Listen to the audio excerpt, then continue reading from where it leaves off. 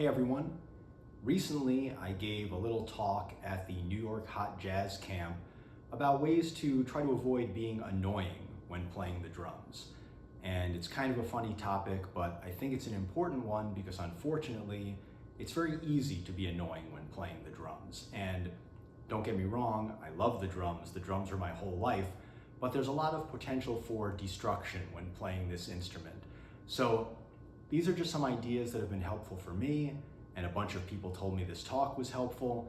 So I figured I would just make a little video about this, and today I'm mainly going to be talking about just some thoughts on interacting with the soloist, because I feel that this is something that there's some misconceptions about and maybe some aspects of it that are counterintuitive. And these are really ideas that I got from some of the great musicians who I've been lucky enough to play with. Growing up in New York City, and I'm old enough and I got into it early enough that I got to play with people who played with all of my favorite drummers, people who played with Gene Krupa and George Wettling, and Cliff Lehman and Joe Jones and Jimmy Crawford, Nick Fatul, Dave Tuff, Sid Catlett. It kind of blows my mind when I think about it, and I don't know if a young drummer starting out today could have that same experience. I mean, Dave Tuff died in 1948. I don't know who's really still around who really played with him. So I was very lucky in that regard, but before I was even playing with any of these people, before I was playing any gigs at all, I used to hang out around great jazz musicians. Sometimes I would help them out by carrying their stuff, but basically they saw that I was into it, so they would kind of just let me hang around.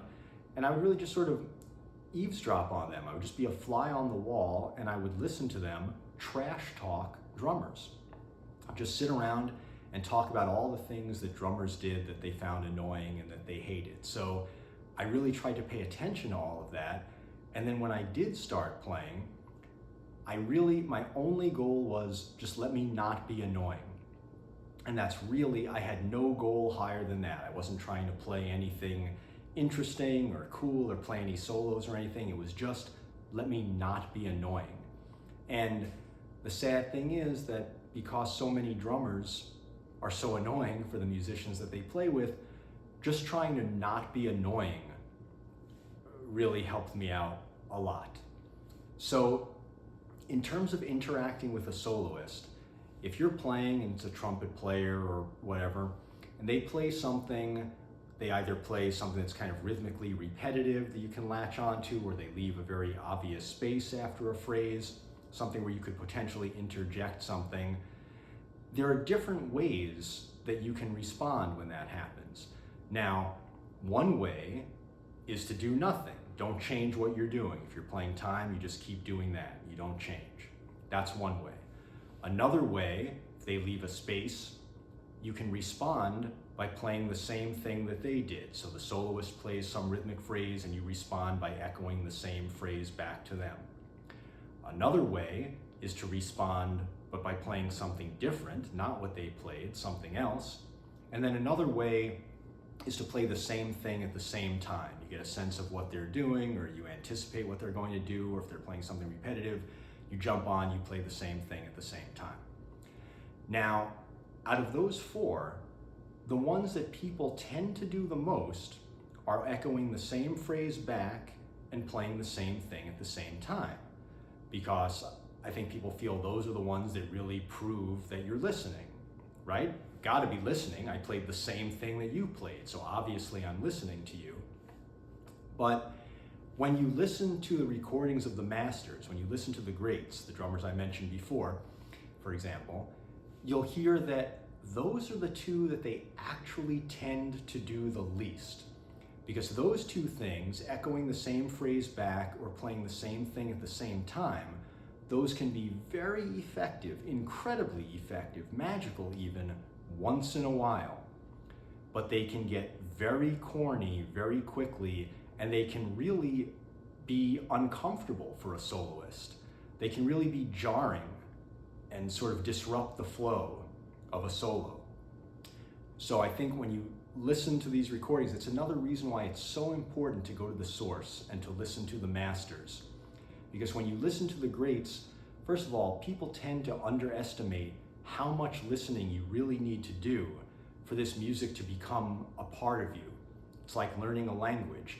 And when you listen to the masters, not only do you learn the language and you hear all these possibilities and things you can do, but you also learn good taste.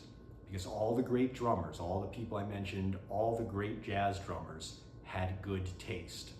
And you need to hear what good taste is. It might not be obvious.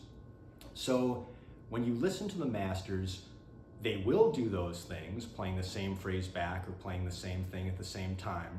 But you'll notice that those are not really their default ways of interacting. The default will more be the other two. Either they'll just keep doing what they're doing, or they'll respond with something different, even if it's just one accent on the snare drum. And if you think about it, it's the same with conversation, right? When you're talking with someone, there might be some times where you both say the same thing at the same time, or you finish someone's sentence, you say the same thing, you repeat the same thing back to them that they just said. Maybe that's appropriate once in a while, but if that was always the way you were talking with someone, it would clearly be very annoying. It's no way to have a conversation.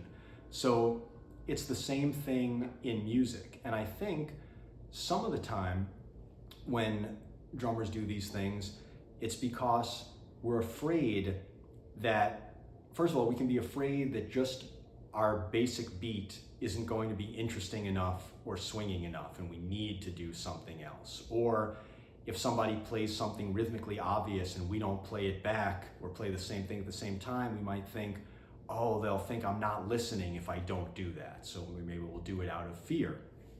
But you need to have confidence in just your basic beat that that's going to be enough, because if just your basic beat isn't swinging enough and interesting enough for the band, if you try to add a lot of stuff on top of that, it's almost definitely not going to be better. It's going to be worse.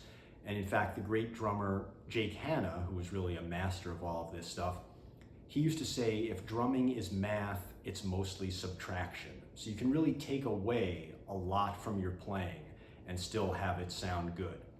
But think about these different ways of interacting. Listen to the greats, because I can't tell you how many horn players and bass players, piano players I've talked to over the years who just tell me how much they hate it when drummers do that stuff too much. It just drives them crazy. Now, there's some exceptions to that, possibly, but as a general rule, I'd say that's absolutely what it is.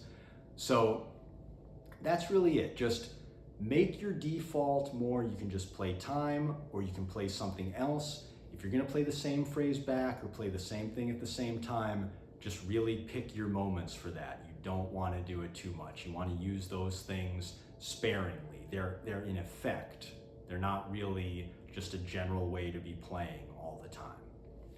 So I just know again that these ideas have been helpful for me.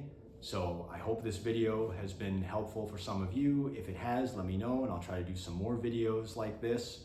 And I guess that's it. Thanks for watching, everyone. I will be back soon.